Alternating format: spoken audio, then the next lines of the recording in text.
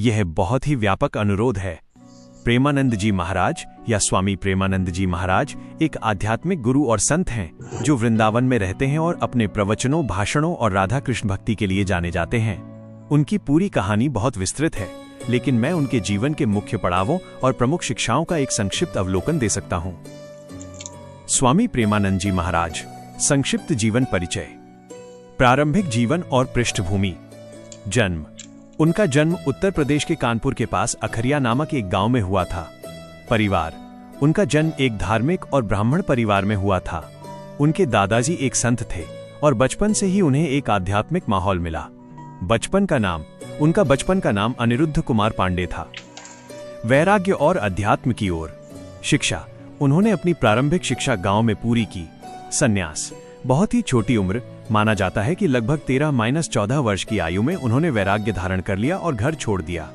उन्होंने सांसारिक जीवन त्याग कर ईश्वर की खोज में निकल पड़े। तीर्थ यात्रा। घर छोड़ने के बाद उन्होंने कई तीर्थ स्थलों की यात्रा की।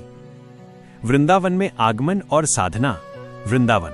अंततः उन्हें लगा कि उनकी खोज वृंदावन में पूरी होगी, जिसे भगवान कृष्ण और राधा का निवास स्थान माना जाता है। उन्होंने अपना शेष जीवन यहीं समर्पित कर दिया। दीक्षा। वृंदावन में उन्होंने श्री गौरंगी शरण जी महाराज से दीक्षा ली और राधा वल्लभ संप्रदाय से जुड़े। यहीं पर उनका नाम प्रेमानंद पड़ा। साधना। वृंदावन में उन्होंने कठोर तपस्या, भजन और कीर्तन करते हुए अपना जीवन व्यतीत किया। लोकप्रियता और उपदेश। शिक्षाएं। वे मुख्य रूप से राधा कृष्ण भक्ति और नाम जप पर जोर देते हैं। उनके प्रवचन साधारण भाषा में होते हैं, जो दैनिक जीवन की समस्याओं और आध्यात्मिक मार्गदर्शन पर केंद्रित होते हैं। स्वास्थ्य। पिछले कुछ वर्षों से वे गंभीर स्वास्थ्य समस्याओं जैसे कि किडनी की बीमारी से जूझ रहे हैं, फिर भी वे अपनी दिनचर्या और प्रवचन नियमित रूप से जारी रखते हैं, जो उनके अनुयायियों के लिए प्रेरणा का स्रोत है। वृंदावन का आश्रम। वे अपने आश्रम में रहते हैं, जहां लोग दर्शन और उनके प्रवचन सुनने के लिए आते हैं। उनके उपदेशों के मुख्य बिंदु। प्रेमानंद जी महाराज के प्रवचन अक्सर इन विषयों पर केंद्रित होते हैं। 1. नाम जप का महत्व। राधा कृष्ण का नाम जपना ही कलयुग में मोक्ष का सबसे सरल मार्ग है। 2. नियम और संयम। जीवन में नियमितता, सात्विक भोजन और संयमित दिनचर्या का पालन करना आवश्यक है। 3. सत्य और प्रेम। सच्चाई के मार्ग पर चलना और सभी के प्रति प्रेम और दया का भाव रखना।